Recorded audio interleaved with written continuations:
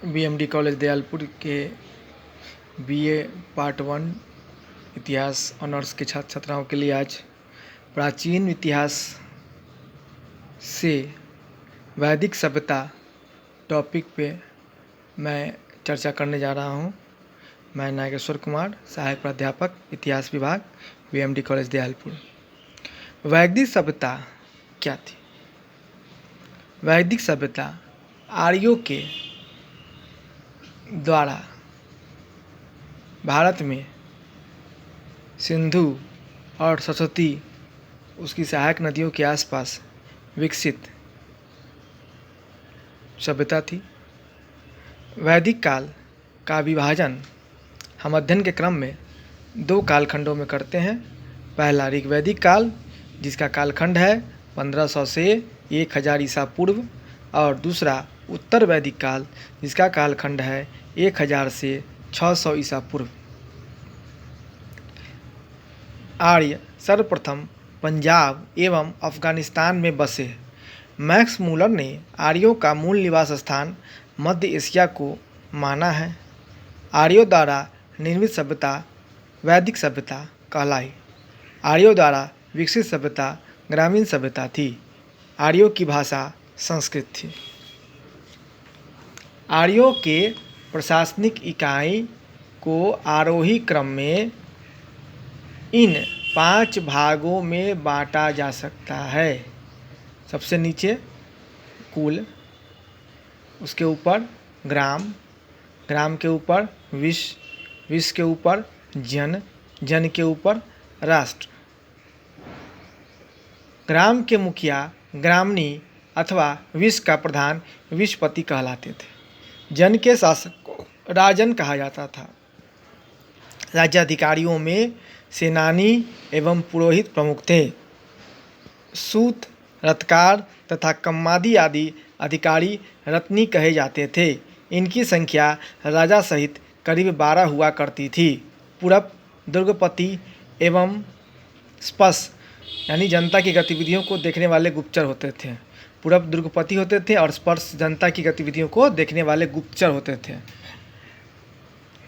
अलग अलग दिशाओं के लिए उत्तर वैदिक काल में अलग अलग राजाओं के लिए शब्द प्रयोग किए गए हैं। जैसे उत्तर वैदिक काल में पूर्व दिशा के राजा के लिए, पूर्व दिशा के लिए प्राची शब्द आया है और उसके राजा को सम्राट कहा जाता था। पश्चिम दिशा को प्रतीची कहते थे और उसके सम्राट को स्वराट कहा जाता था, स्वराष्ट्र कहा जाता था।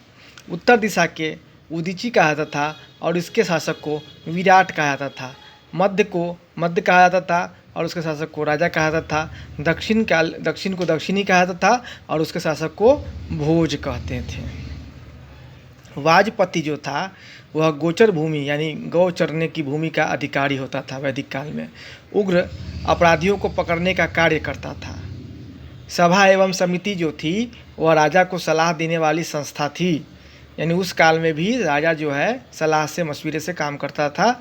सभा श्रेष्ठ एवं संभ्रांत लोगों की संस्था थी, जबकि समिति सामान्य जनता की प्रतिनिधित्व करती थी। यानी बुजुर्ग जो लोग थे, श्रेष्ठ लोग जो थे, संभ्रांत लोग जो थे, वे सभा में थे और समिति में आम जन थे। इस समिति के अध्यक्ष को क्या कहते थे? ईशान, ईशान कहता था। युद्ध में कबीले का नेतृत्व कौन करता था? राजा। युद्ध के लिए गविष्ठी शब्द का प्रयोग किया गया है, जिसका अर्थ है गायों की खोज। ऋग्वेद के 7वें मंडल में दशराग्य युद्ध का उल्लेख किया गया है। यह युद्ध परोशनी रावी नदी का प्राचीन नाम है। नदी के तट पर सुदास एवं 10 जनों के बीच लड़ा गया था, जिसमें सुदास की विजय हुई थी। ऋग्वैदिक समाज 4 वर्णों में विभक्त था। ये वर्ण थे ब्राह्मण, क्षत्रिय, वैश्य और शूद्र। यह विभाजन व्यवसाय पर आधारित था, पूर्णतः व्यवसाय पर। इसका कोई जन्म से संबंध नहीं था कि अगर ब्राह्मण वर्ग में जन्म लिया है तो वही ब्राह्मण होगा। यह व्यवस्था उस समय नहीं थी। ऋग्वैदिक काल में यह परिपाटी नहीं थी। एक ही घर में विभिन्न तरह के कर्म करके लोग विभिन्न वर्णों में रहते थे। यह जरूरी नहीं था कि जो क्षत्रिय है उसका पुत्र भी क्षत्रिय ही होगा। ऋग्वेद के 10वें मंडल के पुरुष सूक्त में चतुर्वर्णों का उल्लेख मिलता है। इसमें कहा गया है कि ब्राह्मण परम पुरुष के मुख से, क्षत्रिय उसकी भुजाओं से, वैश्य उनकी जांघों से एवं शूद्र उनके पैरों से उत्पन्न हुए हैं। आर्यों का समाज जो था वह पितृ प्रधान था। समाज की सबसे छोटी इकाई परिवार या कुल थी। इस परिवार का मुखिया कौन होता था? पिता, जिसे कुलप कहा जाता था। स्त्रियां इस काल में अपनी पति के साथ यज्ञ कार्य में भाग लेती थी। स्त्रियां इस समय पढ़ाई लिखाई में भी आगे थी। वो सभी कार्यों में पुरुषों की सहभागिनी थी। स्त्रियों के को ऋग्वैदिक काल में कोई पर्दा प्रथा या सती प्रथा जैसी बात देखने को ऋग्वैदिक काल में नहीं मिलती है। बाल विवाह एवं पर्दा प्रथा का प्रचलन नहीं था। विधवा अपने मृतक पति के छोटे भाई देवर से विवाह कर सकती थी। स्त्रियां शिक्षा ग्रहण कर सकती थी। ऋग्वेद में लोपामुद्रा, घोषा, सिक्ता, आपला एवं विश्वास जैसी विदुषी स्त्रियों का वर्णन है। जीवन भर अविवाहित रहने वाली महिलाओं को अमाजु कहा जाता था। आर्यों का मुख्य पेय पदार्थ क्या था? सोमरस। यह वनस्पति से बनाया जाता था। सोम की काफ़ी प्रशंसा वेद में की गई है। आर्यों का मुख्य पदार्थ क्या था? पेय पदार्थ सोमरस था। आर्य मुख्यतः 3 प्रकार के वस्त्र का उपयोग करते थे। वास, पहला आवास, दूसरा अधिवास और तीसरा उष्णीस। अंदर पहने जाने वाले कपड़े को निवि कहा जाता था। आर्यों के मनोरंजन के मुख्य साधन क्या थे? संगीत, रथ दौड़, घुड़दौड़ और द्रुत क्रीड़ा यानी जुआ खेलना। आर्यों का मुख्य व्यवसाय क्या था? पशुपालन और कृषि।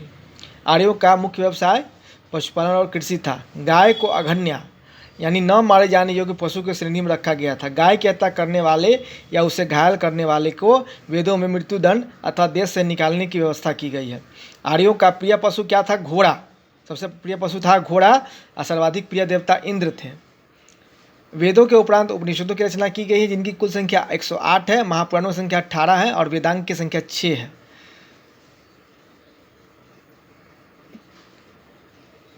कुछ प्रमुख दर्शन और उनके प्रवर्तकों के बारे में भी हम इसमें जानेंगे।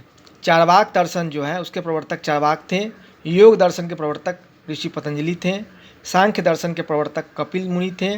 न्याय दर्शन के गौतम थे। पूर्व मीमांसा के जैमिनी थे। उत्तर मीमांसा के बादरायन थे और वैशेषिक के प्रवर्तक कनाद या उलूक थे। ये दर्शन जो है फिर से मैं एक दोहरा देता हूँ। योग दर्शन पतंजलि का, सांख्य दर्शन कपिल मुनि का, न्याय दर्शन गौतम का, पूर्व मीमांसा जैमिनी का, उत्तर मीमांसा बादरायन का, वैशेषिक कनाद या उलूक का और चार्वाक दर्शन चार्वाक का था।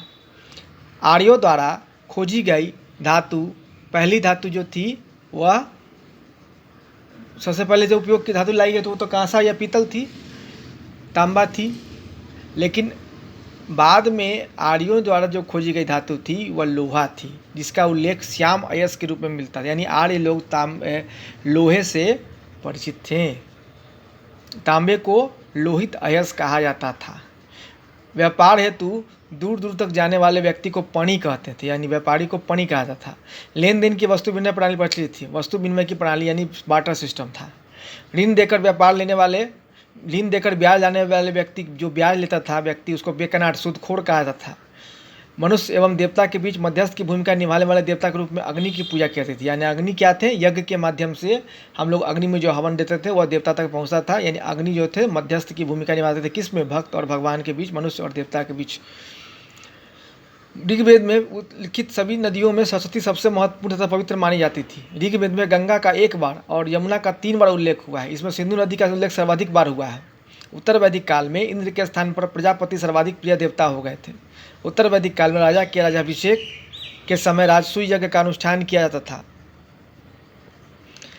उत्तर वैदिक काल में वर्ण व्यवसाय के बजाय जन्म के आधार पर निर्धारित होने लगा, यानी चेंजिंग आया। देखिए, पूर्व वैदिक काल में था वर्ण व्यवसाय के आधार पर था, और अब क्या हो गया?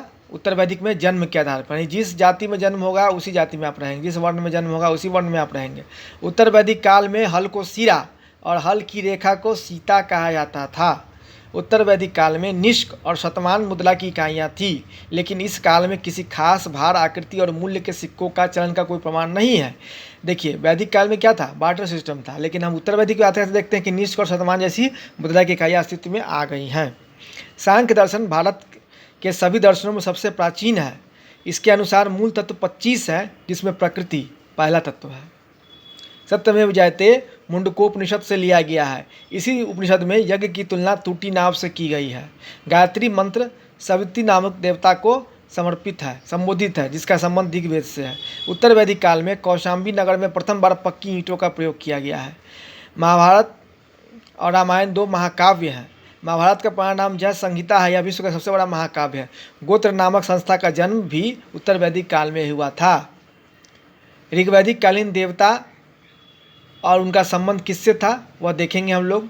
ऋग्वैदिक कालीन देवता में प्रथम है इंद्र, ये युद्धों के देवता थे, युद्ध के नेता थे और वर्षा के देवता थे। अग्नि देवता एवं मनुष्य के बीच मध्यस्थ थे।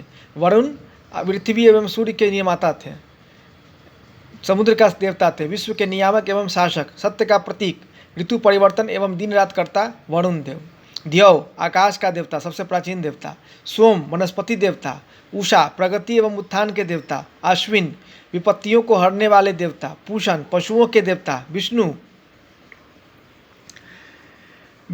विश्व के संरक्षण एवं पालनकर्ता। मरुत जो थे वे आंधी और तूफान के देवता थे। तो इन देवताओं की चर्चा के उपरांत हम ऋग्वैदिक कालीन नदियों के नाम देखें और उनका आज की नदियों से मिलान करें तो देखते हैं कि प्राचीन नाम एक तरफ है और एक तरफ आधुनिक नाम है। कुर्ब नदी जो है वह कुर्रम नदी से पहचान की गई, जो अफगानिस्तान में बहती है। कुभा नदी भी यह अफगानिस्तान में बहती है, यह काबुल नदी का पुराना नाम है। पितस्ता झेलम को कहा गया है। अस्कनी चनाब को कहा गया है। परुष्णी रावी को कहा गया है। शतरुद्री सतलज को कहा गया है। विपाशा व्यास को कहा गया है। सदानीरा गंडक को कहा गया है, जो कि नारायणी नदी बिहार में। दृष्टवती घग्गर नदी को, जो हरियाणा में बहती है। गोमती गोमल नदी को, जो कि पाकिस्तान में। और सुवस्तु स्वात नदी को, यह भी पाकिस्तान में। इस प्रकार प्राचीन नदियों के नाम और आज की नदियों के नाम से मिलान करने पर हम आर्यों के क्षेत्रीय प्रसार को जान सकते हैं। आज के लिए इतना ही। अगले अंक में हम वैदिक साहित्य पर चर्चा करेंगे। धन्यवाद।